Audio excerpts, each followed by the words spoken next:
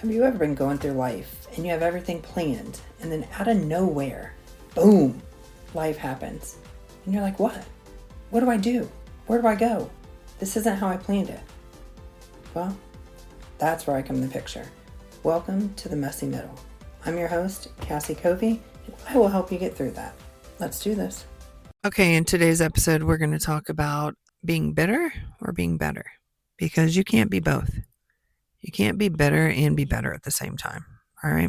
So here we go. So after my mom died, I think I was in this, well, you know what? I don't think I know I was in a bitter place for a long time, like a very bitter place. And at the time, I didn't even realize that I was in a bitter place. Like I didn't know. I was oblivious to it. You know, the people that love you the most around you, they're not going to tell you different things that you're going through because they're really just afraid of how you might react. You know, they kind of tiptoe around things. And so when mom passed, like I was angry, like point blank. I was super angry. I was angry at God. Like I was so angry at God. I was like, how could you take my mom away from me? How could you do this to me? Like how could, like why? Like you're supposed to be there. You're supposed to make sure that moms are there to take care of their kids. So why would you take her from me? Like I was super angry, so mad. And then I was mad at my mom because here my mom is, she had two younger kids that were under 18 that she was responsible for, but she couldn't take care of herself to make sure that they would be taken care of. She was leaving me to do it. Like, how can you be a mom, not take care of yourself, and expect your older kids to take care of your younger kids because you can't do what needs to be done? Like, I was that mad. I was so mad at my mom. So angry at her. Like, so mad. And man, I think I was like that for so long, a long, long time. And I had people telling me like I couldn't be mad at my mom. Why would I be mad at her? Like she was my mom. And I took all that in and I understood where they were coming from. But at the same time, like those were my feelings. And I had every right in my mind to be angry. I was just, I didn't know how else to be but to be angry. I didn't know how to handle all those emotions. I mean, how can you be under 30 years old, already lose one parent, and then lose your other one, and think that everything's going to be okay? Where do you go from there? I mean, how does that work out? So, yeah, I just stayed in that state for a long, long time. Long. I even think that I was depressed for a really long time and didn't even know it. Like, just kind of wandering around lost. You know, I didn't talk about my mom. If you went to talk about her, I'd probably just shut you down, not even listen to you. My poor grandma would try and talk about her. And I know my grandma needed to, but I couldn't hear it. You know, I couldn't talk about her to my kids. Just couldn't do it. It's like, don't talk about my mom. It was too painful. And I was full of so much anger and resentment. And I think I really did. I resented her. I resented her for not taking care of herself, not thinking about anyone else but herself. To me, it was selfish. It was so selfish because how are you going to leave me to take care of everything for you because you couldn't take care of yourself? You couldn't do what needed to be done. Like, I just didn't get it. I totally didn't get it, you know? Then years later, like years, it'd probably been about 10. It was more than 10 years later. And then when my grandma came to live with me, well, even before that, I realized when I had been at a low for probably so long and not even known that I was at a low. I mean, that happens and we don't realize it. Like we're just overwhelmed and we're just surviving. We're just trying to keep our head above water and we don't even realize it because that's just our normal day-to-day life, you know? And so when my grandma came to live with me because she had cancer and it kind of clicked to me a little bit before that. It just clicked, you know? And I remember one time I called my friend and I said she'd wanted me to go to church with her before. And I just didn't go. So this one time I said, hey, if you're going to church on this day, can I go with you? She's like, yeah. So I went to church and what they were talking about just hit me because see, my grandma was just talking about that. And it clicked to me. It was like, whoa, I just needed to hear this. That's when Jesus just spoke to my heart, dude. And I realized that's what I needed. Like, I totally needed that because when grandma found out she was sick, and I really didn't know what I was going to do. And then when she came up here and she came to live with me, and then I went to church that day and started going, and I just accepted Jesus. Like I knew, like, this is what I needed. You know, my grandma would talk about him, my friend would talk about him, and I needed this. Because I was bitter for so long, like my heart was so hardened. I'm telling you, you probably couldn't even take chisel to my heart and get to it. That's how hard my heart was. Like it was that hard because I was so angry and in so much pain, and I couldn't picture life any other way.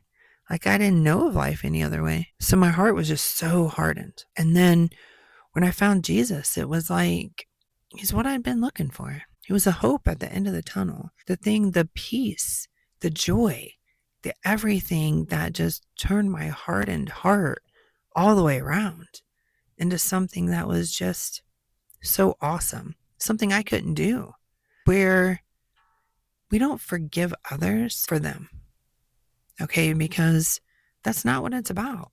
We forgive others because we want to be forgiven also, you know? And how can we be forgiven if we can't forgive the people around us? We're all human. We all make mistakes. No one mistake is greater or less than another mistake. It's all a mistake. It's all a sin. So me being so angry and bitter and not forgiving my mom, it wasn't hurting my mom. My mom was gone. But it was holding me back. It was holding me back from so many things. And I didn't even realize it. It was that big, but my pain was so much bigger that I couldn't realize it. So once these walls came down, man, it was like everything flooded. All these emotions and everything that I didn't want to deal with, they all came up. Because see, I love to write, but every time I write my best when I'm angry. And it's not that I was mad at something or I just felt different about something. It's like that was my way to get everything out. I could just write it, put my pen to paper, let it all out, and then I'd be cool. Everything would be fine. But this was different. Letting Jesus in was just like turning my heart into this newfound place that was just so open, and I could see it. Like my mom was doing the best that she could with what she had. She didn't know any different, you know? She was trying to keep her kids safe at the same time and protect us. And even though I was older, she was still trying to protect me because I was still her little girl. She didn't want it to be any other way. She didn't want to leave us, but she knew the choices she made, she would have to face the consequences for them. And I could respect that. It hurt, but I can respect it. And there were decisions I had to make for my mom that I didn't want to make. I didn't want to make the decisions at all because I didn't agree with them. Because here I was, her daughter, and she's telling me if something happens to her, if her heart stops, not to resuscitate her. So me as her daughter, I'm thinking, dude, you're my mom. If you're not breathing, how do I go on? How do I live if you're not breathing?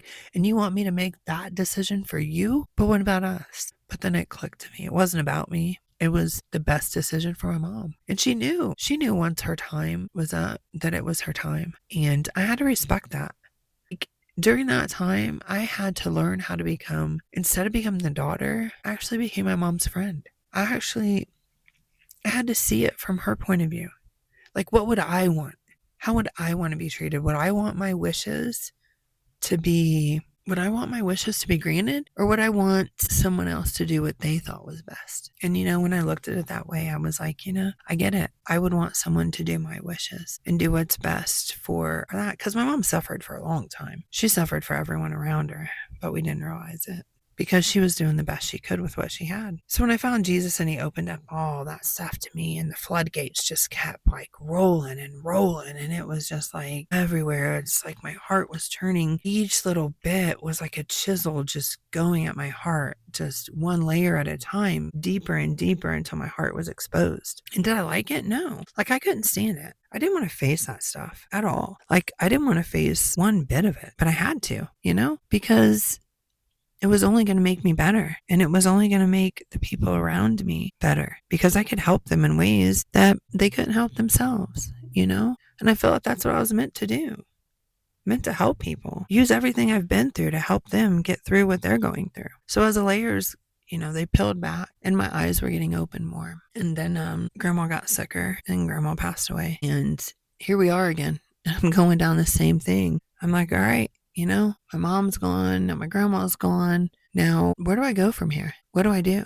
I didn't want to go to church. I didn't want to go at all. So grandma passed away and I didn't want to go to church. I didn't want to do anything. I couldn't picture myself doing it. I was like, what is going on? How am I supposed to go through this again? So then one day I decided I'd go to church.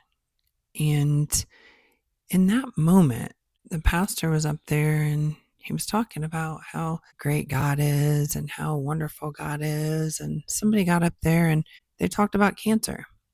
And they're like, man, God is so great because so-and-so is cured of cancer.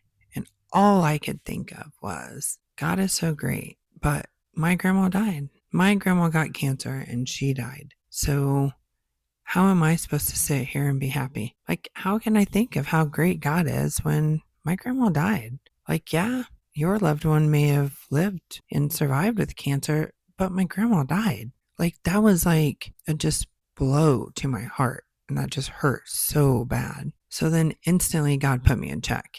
And he reminded me that he's great all the time. He's great when the times are bad. He's great when the times are good. Like, he's great all the time. And even though my grandma wasn't here and she didn't get healed here on earth, she was healed in heaven. And so God is still great.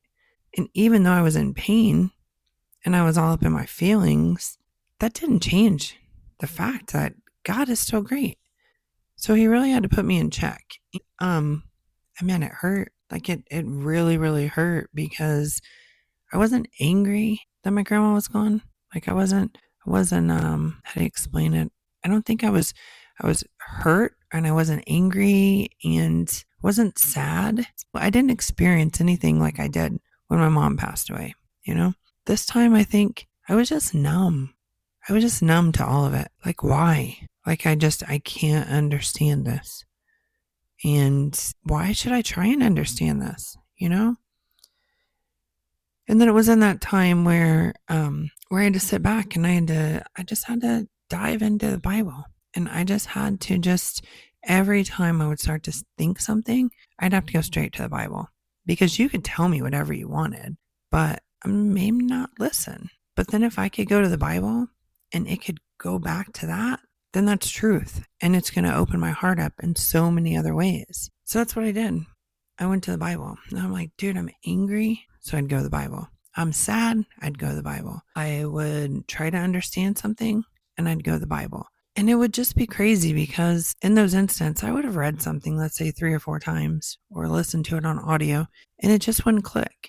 But it's like in those moments when I needed it, the words just jumped out of the page to me. And it's like God just met me where I was.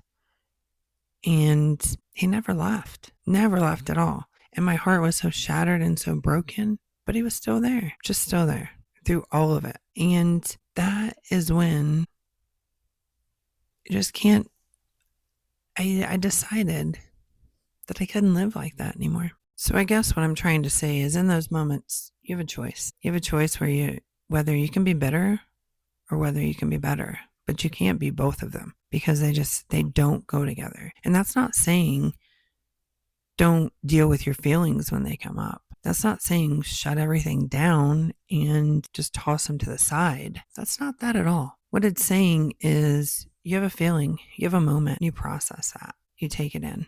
If you want to cry, cry. If you want to scream, scream. You want to yell, yell. Hit a pillow. Do what you got to do. Those are your feelings. Don't deny them. But at the same time, recognize that you have those feelings and recognize that it's okay to have those feelings because you're human. You love someone and your loved one passed. So some people may not be able to hear you talk about them. And that's okay because it has nothing to do with you and everything to do with them. So you talk about them all you want. And if you can't talk about them, then write about them. Get it out of your head. But don't stay in the moment. Don't stay in the moment of, I'm going to choose to stay this way. You can't do that because here's here's what I've experienced with it. I hear a lot of people say when it comes to the grief process, well, it just takes some time and you just have to, just go through it and things might hit you and, yada, yada, yada, whatever. And that's true. It does take time. But at the same time, don't use that as an excuse to be stuck where you're at. Don't use that as an excuse to not move on. Because so many times we mourn the people in our lives that we've lost, okay? Just pay attention to this. We mourn them so much and we lose ourselves that we forget about the people that are living. And we stop living our life because we're so focused and so hurt by the person that passed away. But here's the thing.